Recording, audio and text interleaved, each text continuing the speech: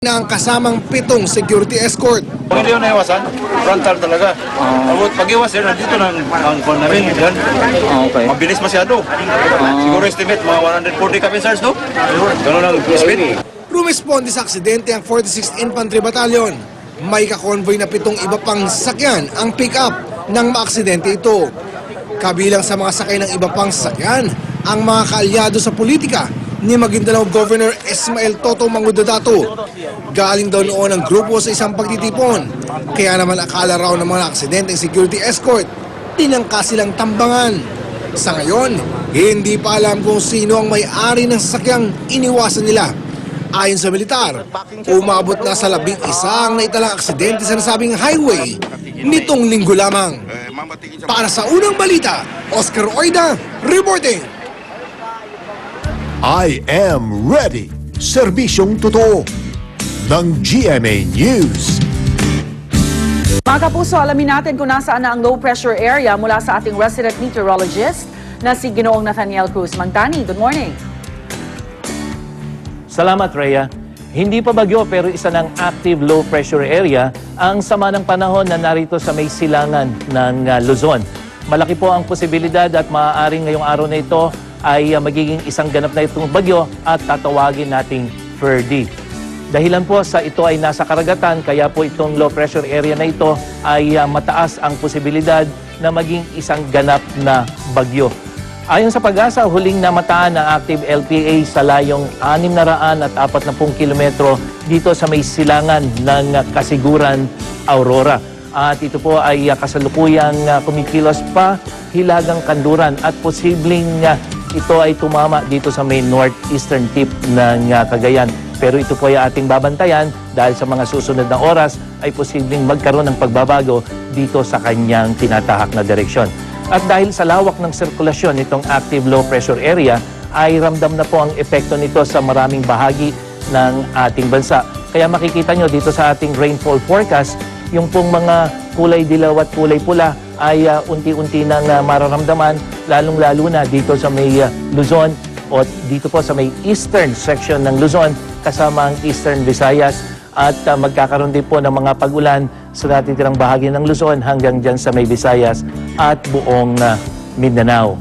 At dito naman po sa ating inaasahang magiging alon sa mga kababayan po nating mangingisda, magkakaroon po ng malakas na pag-alon lalong-lalo na doon sa lugar na pinupuntahan itong active LPA natin dito sa may eastern seaboard ng Northern Luzon hanggang dito po sa may posibilidad dito sa may Palawan. Kaya po iusap natin doon sa ating mga kapuso na maglalayag ngayon, iwasan po na muna po sana ninyong pumalaot.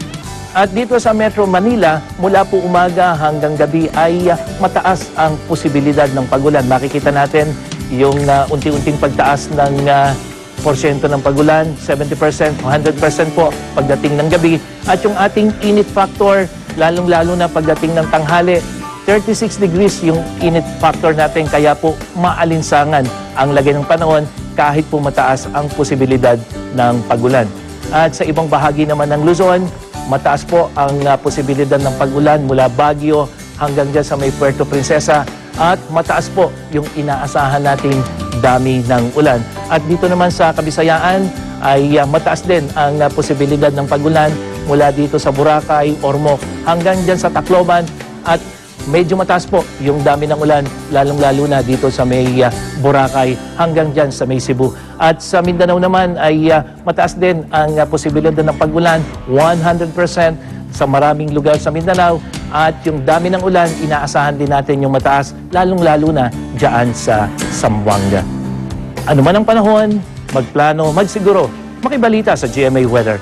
Ako po si Nathaniel Cruz para sa I Am Ready, serbisyong totoo ng GMA News. Salamat, Mangtani. Sa ibang balita, sa gitna ng tensyon sa pinag-aagawang teritoryo sa West Philippine Sea, binakuran na ng China ang panatag o Scarborough Shoal. Narito ang report ni Tina Panganiban Perez.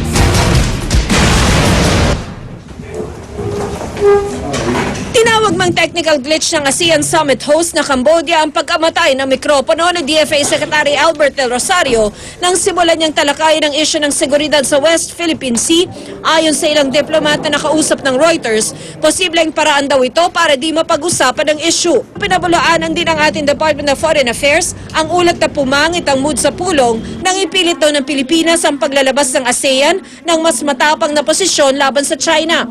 Git ng kalihim, ang pagtanggi raw ng Cambodia na isama sa joint communique ang sigalot sa West Philippine Sea ang ikinadismaya ng maraming bansa sa summit. Katunayan, ayon sa DFA, 9 na bansa raw ang sumang-ayon sa Pilipinas sa isyong ito. Bukod sa pagiging chair sa pulong, kilalang kaalyado rin ng China ang Cambodia. Insofar as the absence of a joint communique, we don't see the other ASEAN ministers clapping that there was an absence. Obviously, this is the first time that in 45 years that a joint communique was not issued, and certainly it was not something that was taken positively by our ASEAN neighbors. So, it was only the Chinese who were claiming success in that particular regional forum.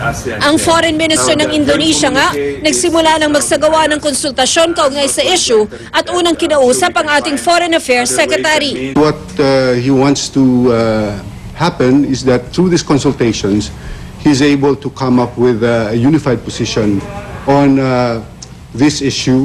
Nakasampung diplomatic protest na ang Pilipinas kaugnay ng Baho de Masinloc, kabilang ang pagsasailalim nito at iba pa nating teritoryo sa bagong Sanxia City ng China.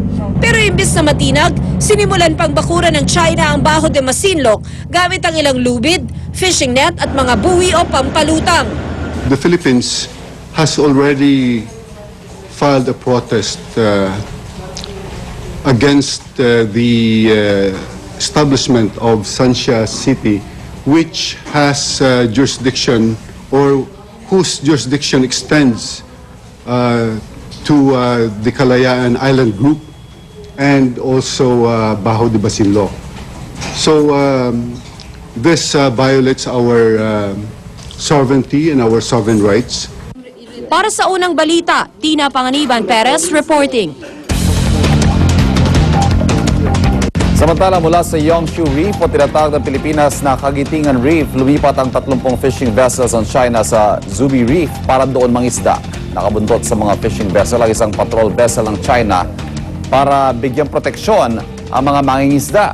Dapat sana'y mananatili sila sa Yongshu Reef ng 10 araw pero napilitang umalis ang fishing fleet dahil sa masamang panahon.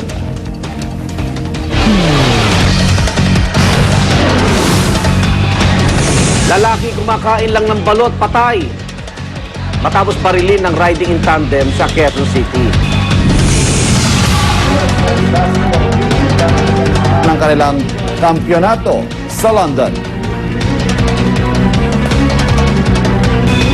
At Dapat Hats ng Eat Bulaga, masayang-masaya sa matagumpay na launch ng Eat Bulaga Indonesia.